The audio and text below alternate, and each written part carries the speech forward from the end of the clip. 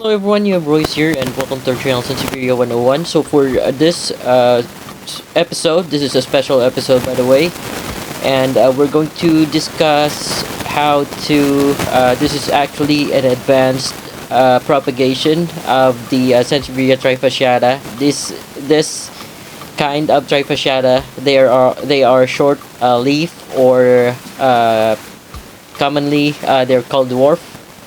And this particular variety or cultivar of dwarf trifasciata or the short leaf trifasciatas, it's quite rare. It has two types of variegation present on this cultivar. So it is marginated with a yellow variegation, and it has light green striations on the center of the leaf. There is also a shadowing white variegation on the margins as well. Before you get to the yellow variegation, there's actually a whitish line to the edge of the leaf. In the market, this is known as pagoda striata, but it's a factual ID. I'm calling it by the factual ID because it's describing it with how it really look like. Factually, it is marginated and it is striated. So I am currently calling it because I have heard that it is being patented, and that's for business. Scientifically, we follow the factual name calling of this type of cultivar. In the absence of, it may differ in every country. Depends on who or which country patented it. So for us who are learning about the trifasciata species, especially the short leaf ones or the dwarf ones, we have to resort to the factual way of calling it. So this is a jade dwarf marginated striations.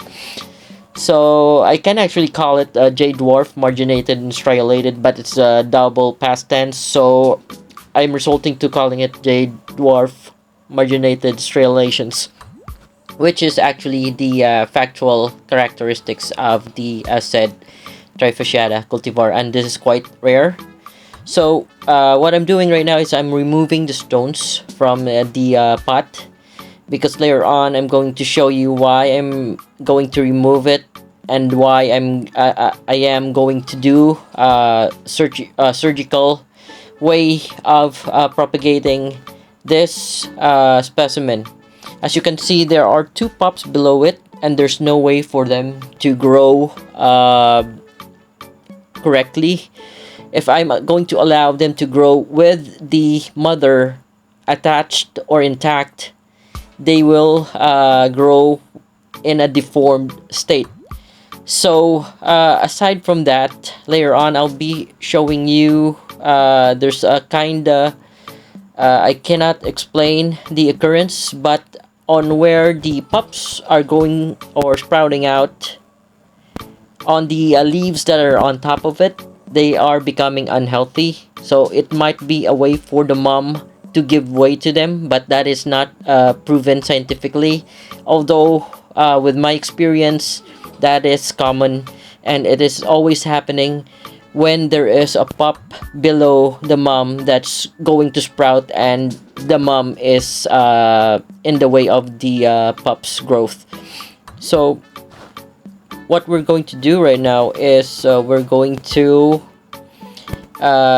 remove the stones, remove whatever is in the way, and we're going to top cut. That is the term that is used in this way of propagation.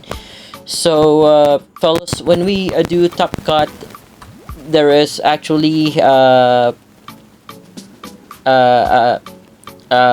reason why we do that. It's because we wanna give way to the pups that are growing below mother plant that is in the way of the pups growth.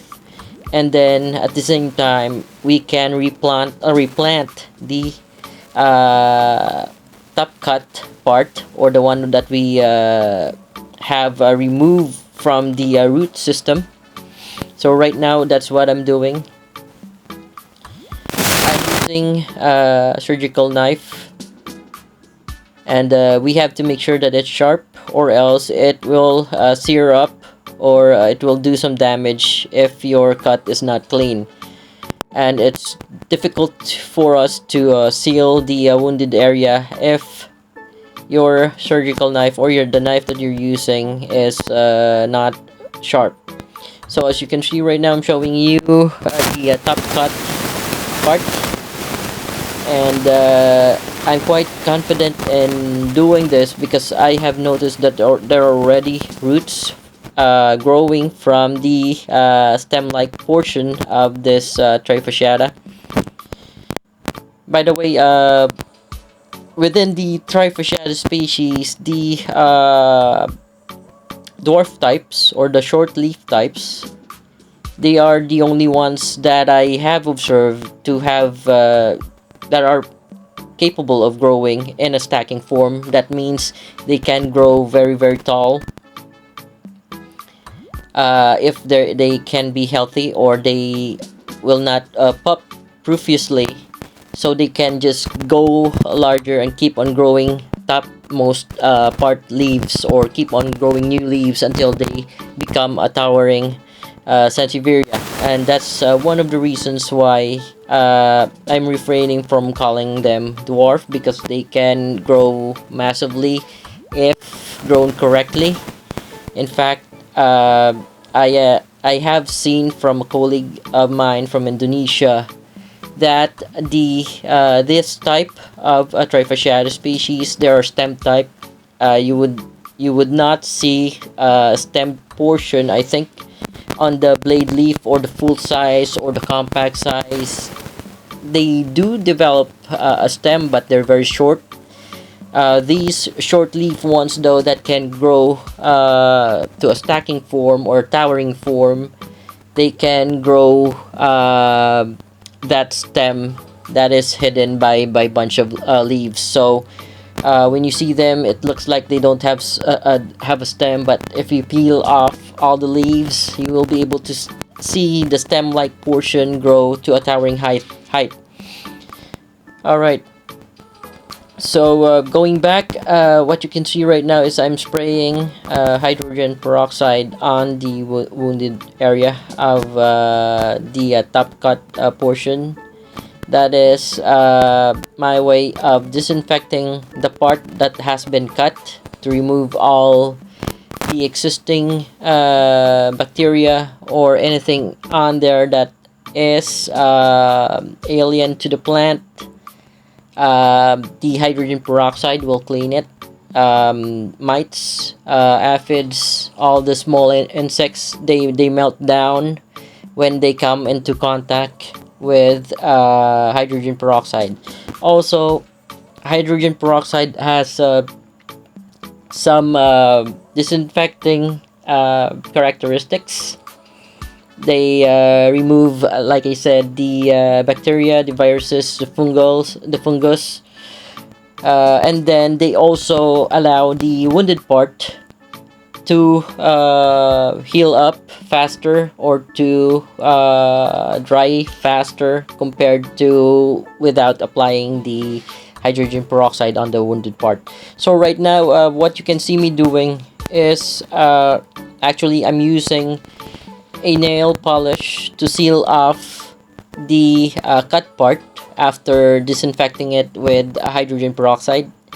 So to seal it, I'm using a nail polish, so that the wound can be sealed and no air and extra water will be able to enter the cut portion of the root system.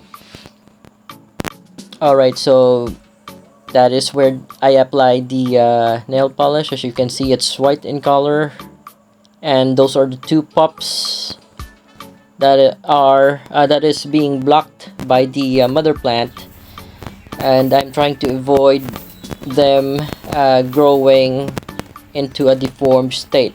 So as you can see right now, that's the top cut portion. There are roots on it.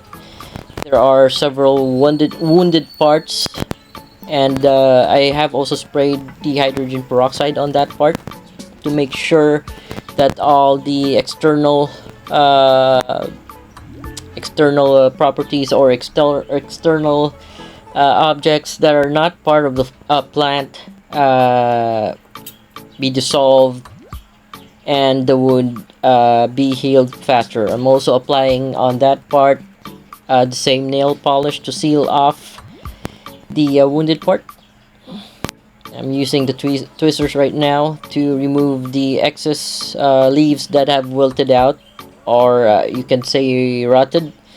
And you can see some wounds there on the side of the plant itself. It's the part where the pups had been growing. So it's like the mother plant has its way of giving the pups a way to grow. It will try to wilt the parts wherein it's the part wherein the pups need to sprout out and grow. So it's trying to wilt the leaves itself. The mother plant is doing that. So to save the mother plant from becoming uglier than it already is, I'm going to cut it, and we'll have to separate it from the pups. Also, before putting back the rocks, I have placed placed a systemic miticide to protect them from mites, and also another systemic pesticide to protect them from aphids. There are several predators or pests that harm these small trifasciatus. So number one, they would be the mites, and then actually, if you see your dwarf trifasciatus being very lush, it should alarm you to check on the parts of the leaf wherein they would interlope or stick with each other, because most of the time that is where the aphids would hide to damage the plant. Alright, I'm also using this squeezer to flush out the all the excess dirt from that wounded part.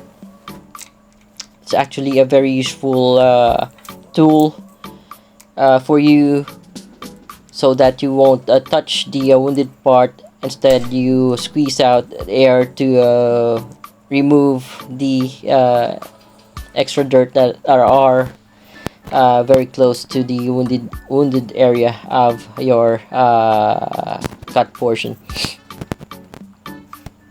Alright, so there we go. We're returning the rocks now, and most likely we're all set with the pups, and we'll just be dealing with the mother plant, because as you can see, it's beginning to have some damages from the bottom part because of the pups that are growing.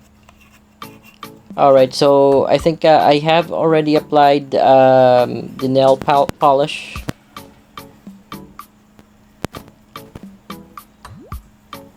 And I'm also applying, that's a fungicide, by the way, that's in powder form. I'm applying it on the wounded areas of this leaf to make sure it disinfects it. And this is, by the way, also a systemic fungicide. So aside from using hydrogen peroxide to disinfect by contact all the external objects that are on the leaf, there might be some pest hiding on it or something that you can't see. I applied a contact something a hydrogen peroxide. It acts like a contact pesticide, as well as it disinfects the wounded part. So after doing that, to make sure that on the wounded part it gets disinfected, I also used a powdered form of fungicide, so that funguses that are present on those leaf portions can be taken care of.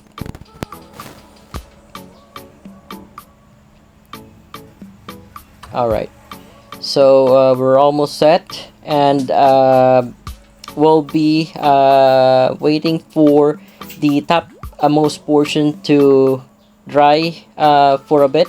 Then we are going to replant it on a different pot. Alright, so that's how it looks. I'm applying another nail polish. This time it's a clear nail polish, because the wounded area is a bit soft, so I want it to harden faster. So this is a fast drying nail polish that I am applying. So whatever's in there, whether there are microscopic insects or mites that are on that uh, wounded area, they would dry up with the nail polish and would die from not being able to breathe or move or doing anything. They'll be stuck on the nail polish. So it's also a two-way effect. It will trap out the microscopic insects on that wound and also seal the wound. Okay, so we'll allow it to dry off for a few moments, and then we'll check. Alright, so after a few moments I've checked. There you go, you can see that the nail polish is fast drying. Actually, this leaf over here is kinda not firm, so I'm using super glue to glue them. So there are two ways for us to seal the wounded area of our top or our cut part. One is applying a nail polish, which is fast drying. Also, you can just use super glue to seal off the cut portion as fast as you can. I'm just not using it on there because I have at the moment limited amount of super glue, so I'm just using it to make the wound dry out faster and to make the leaf stick on the stem firmly. Along the way though, it has the same effect with what I'm using as a nail polish to seal off wounds. It's useful if there are existing pests or mites on a wounded area. Sometimes when you have a wound on Sansevierias, you can expect the mites to come at it because it's an open part, and they would feast on the wounded area and make the wound grow larger, or in worst cases they will eat up the all the root system. So you have to seal them off. One way is to use the nail polish the moment that mites or other pests come into contact with nail polish or super glue. They stick with it and they will be unable to move and will just die out. Alright, so I will give it a few moments. Alright, so this is after a few moments already. As you can see, it's very hard now, very firm, and we are ready to replant our top cut part.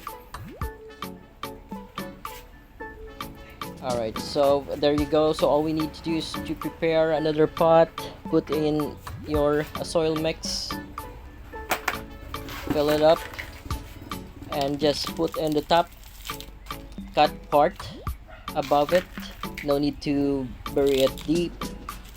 As a matter of fact, I'm placing it just such as it sits up on the top of the soil mix, and then make sure that I put the soil mix on the everywhere beside it to keep it in place. Alright, so there you go. We're almost done. Just filling out all the sides so to make sure that the short leaf trifasciata that we have stays in place.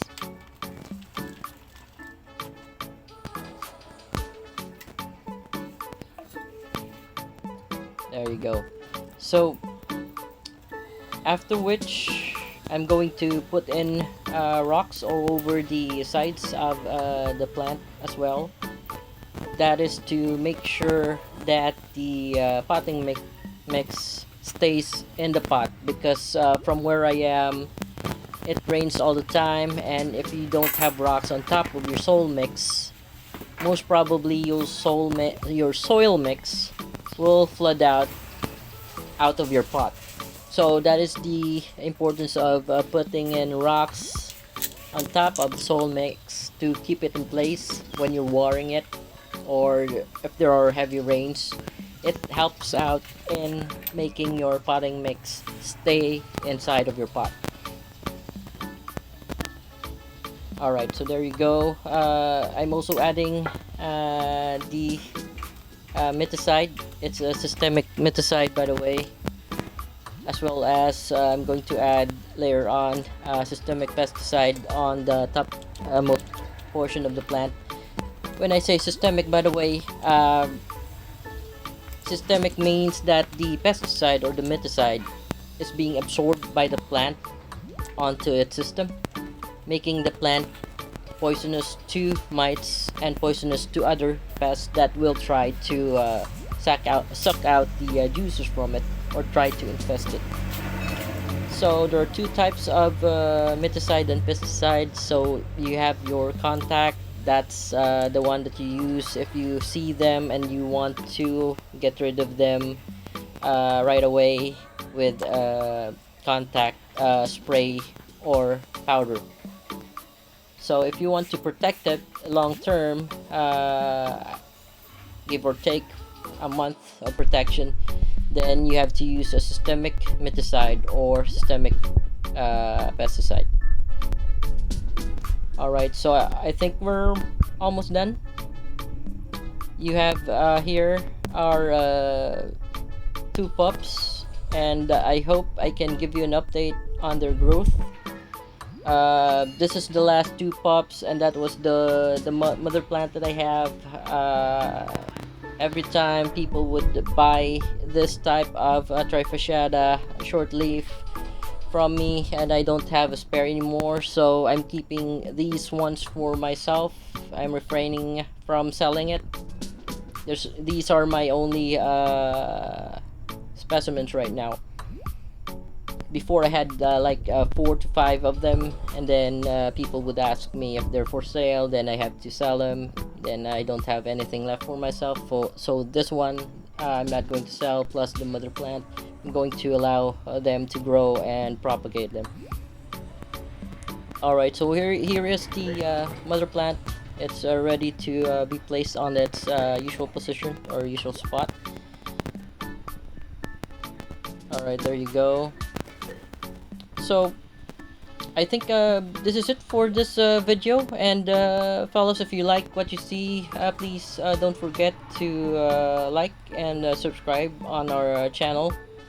It will greatly help me out in making more videos for you in the future. Alright everyone, thank you.